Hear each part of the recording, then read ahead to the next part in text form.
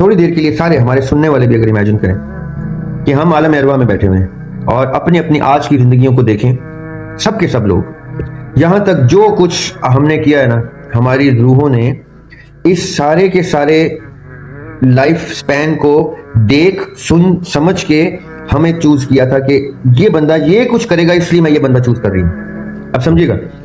अब ठीक है जी, बासित नदीम जिंदगी के इस हिस्से में ही पहुंच के ये रिफ्लेक्ट करना चाह रहा है अपने रूह के डिसीजन को, दरिया वाशमी जिंदगी के इस हिस्से में कर रहा है, फलां इस हिस्से में कर रहा है। अब यहां से आगे क्या होगा, तो रूह ने ये सोची समझी प्लानिंग के तहत कॉन्ट्रैक्ट साइन करके ये बॉडीज पिक की थी। क्यों? क्योंकि ये वाली बॉडीज ने ये वाली टाइमलाइन की ये वाली पॉसिबिलिटी, इस सारी अरे ऑफ पॉसिबिलिटीज को पूरा करने के लिए पिक की थी। रूह ने कोई आंखें बंद करके छलांग नहीं मारी थी। ये जो कुरान बार बार हमें बताने की कोशिश कर रहा है वो ये कि रूह ने बहुत सोच समझ के कागज पे तहरीर, कागज यानी कॉन्ट्रैक्ट लिख के ये सब कुछ किया है। अब तुम अपने आप को किस काबिल बनाते हो ये तुम बताओगे कि रूह ने क्यों तुम्हें चुना था। हिटलर को क्यों चुना था, फिरौन को क्यों चुना था, शद्दाद को, नमरूद को क्यों चुना था किसी रूह ने, यजीद को क्यों चुना था।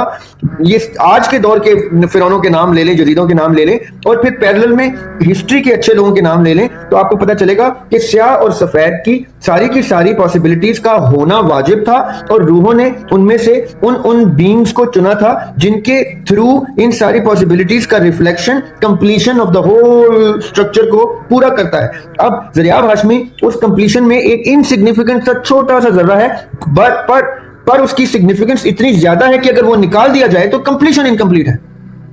आप समझे?